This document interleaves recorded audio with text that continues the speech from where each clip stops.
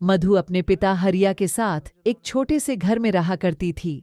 मधु और उसके पिता बहुत गरीब थे। मधु के पिता हरिया एक कारखाने में काम किया करता था। मधु के पिता का एक ही सपना था कि मधु पढ़ लिख कर कलेक्टर बने।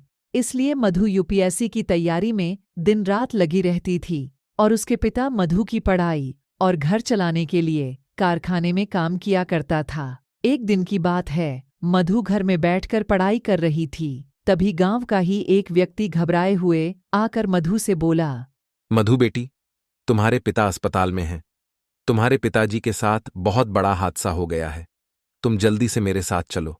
मधु उस आदमी के साथ चली जाती है जहां डॉक्टरों से बात करने से पता चला कि उसके पिताजी के हाथ काम करते समय मशीन के नीचे आ गया था, जिस वजह से उसके पिताजी के हाथों में काफी चोट आ गई थी। इन्फेक्शन आगे ना बढ़े, इसलिए मजबूरी में डॉक्टर को उनके दोनों हाथ काटने पड़े। यह सुनकर मधु रोने लगती है। चाचा, मेरे पिताजी के साथ ये सब क्या हो गया? मधु बेटी, तू रो मत, जो होना था वो हो गया। चाचा मधु को हौसला देता है। कुछ समय बाद मधु के पिता को होश आता है। आंखें खोलते ही उसके सामने अपने बेटी को पाता है। उसे पता चलता है कि उसने अपने दोनों हाथ खो दिया है। बेटी, मुझे माफ कर देना। लगता है कि अब मैं तुम्हें कलेक्टर नहीं बना पाऊंगा। नहीं पिताजी, आप ऐसे क्यों बोल रहे हैं? आपने तो मेरे लिए बहुत कुछ किया है। ऐसे ही कुछ दिन बीत गए।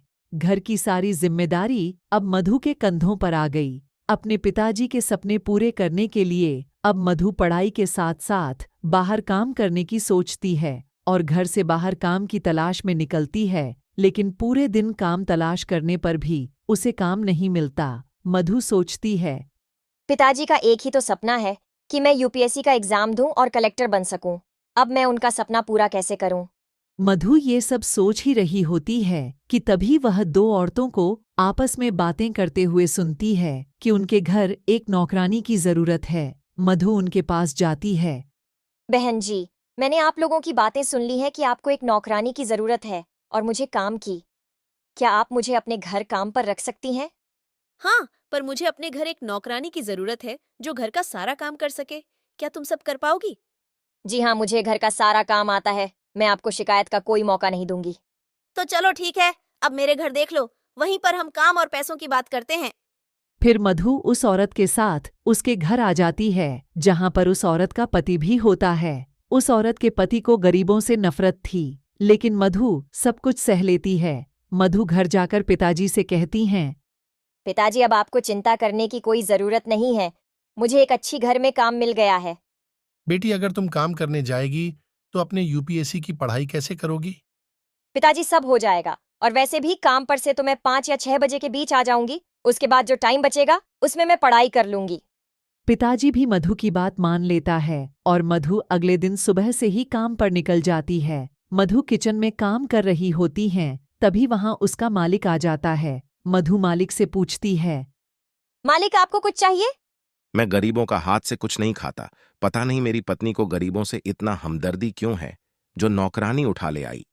मधु ने मालिक के बातें पर इतना ध्यान नहीं दिया, क्योंकि उसको अपना घर चलाना तथा अपने पढ़ाई करना था। अब इसी तरह मधु रोज काम पर आती और वहां का सारा काम करती, साथ ही अपने पिताजी का देखभाल करती और सुबह 4 बजे उठकर यूपीएससी की तैयारी भी करती। इसी तरह से समय बीतता है और देखते ही देखते यूपीएससी का परीक्षा पास आने लगता है। इसलिए अब मधु काम पर कुछ किताबें भी ले जाया करती थीं। घर का काम खत्म करके मधु किचन में बैठकर पढ़ाई करने लग जाती है। पर एक दिन घर का मालिक ने उसे किचन में पढ़ाई करते हुए देख लेता है और उसकी किताबें छीनते हुए बोलता है, तुम्हें यहाँ घर का काम करने के लिए रखा गया है या पढ़ाई करने के लिए रखा है? मालिक, मैंने घर का सारा काम खत्म कर लिया है। थोड़ा समय बचा तो मैंने सोचा कि पढ़ाई कर लूं। क्यों? मालिक, मेरे पिताजी का एक ही सपना है कि मैं यूपीएससी का पढ़ाई करूं और एक दिन कलेक्टर बनकर उनका सपना पूरा करूं। अपनी औकात देखी है। भूलो मत कि तुम एक नौकरानी हो और नौकरानी कभी यूपीएससी की पढ़ाई नहीं कर सकती, समझी? पर मालिक, मुझे कुछ नहीं सुनना है। मैं अपने कमरे में जा रहा हूं। थोड़ी देर में मेरा एक दोस्त घर आने वाला है। अपने काम में लग जाओ। इतना कहकर मालिक मधु की किताबें लेकर अपने कमरे में चला जाता है और एक बार फिर मधु अपने कामों में लग जाती है। कुछ देर बाद मालिक का एक दोस्त घर आता है और दोनों मिलकर पार्टी करते हैं। मधु उनके लिए नाश्ता लेकर आती है। मालिक अपने दोस्त से कहता है, अरे दोस्त, तुम जानते हो, इस बार मेरी बीवी एक ऐसी नौकरानी को लेकर आई है जो यूपीएससी की पढ़ाई कर रही है। इस मैडम को कलेक्टर जो बनना है। अच्छा, तो ये नौकरानी कलेक्टर बनेगी और हम इसके ऑफिस के बाहर खड़े होकर इसे सलाम ठोकेंगे। हाँ, इसके बूढ़े बाप का सपना जो है, कहीं ऐसा ना हो कि इसके बाप का सपना सपना ही ना रह जाए। इस तरह से मालिक और उसके दोस्त मधु और उसके पिताजी का मजाक बनाने लगते हैं। मधु से अब और बर्दाश्त नहीं होता और वह गुस्से में मालिक और उसके दोस्त से बोलती है, बस बहुत हो गया। मैं अपनी बेइज्जती बर्दाश्त कर सकती हूँ, पर अपने पिताजी का नहीं। मेरे पिताजी का सपना है कि मैं कलेक्टर बनूं और मैं अपने पिताजी का सपना पूरा करने के लिए कुछ भी कर सकती हूँ। देख लेना, तुम एक दिन ये ही नौकरानी यूपीएससी की परीक्षा पास करेगी और तुम सब। हम सब क्या तेरे पास आएंगे तेरे सामने हाथ पैर जोड़ने? नौकरानी, भूल मत, तू एक नौकरानी है।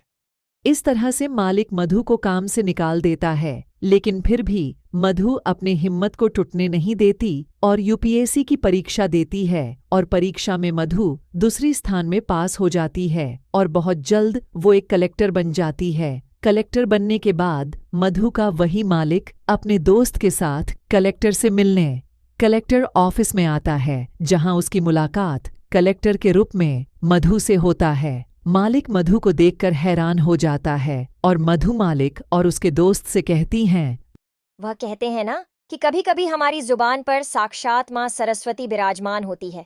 आज मैं कलेक्टर बन गई और तुम लोग मेरे पास अपनी सिफारिश लेकर आए हो। देखो, अगर तुम हमारा काम कर दो तो हम तुम्हें मुंह मांगा रकम देंगे।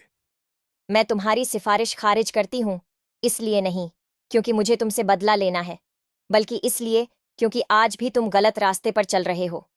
अगर तुम रिश्वत की बात नहीं करते तो मैं शायद तुम्हारी बात भी सुन लेती और अब मैं पुलिस को बुलाऊं। इससे पहले तुम दोनों यहां से दफा हो जाओ। और इस तरह मधु अपने कड़ी मेहनत के दम पर अपने पिताजी का सपना पूरा करती है और साथ ही अपने अपमान का बदला भी ले लेती है।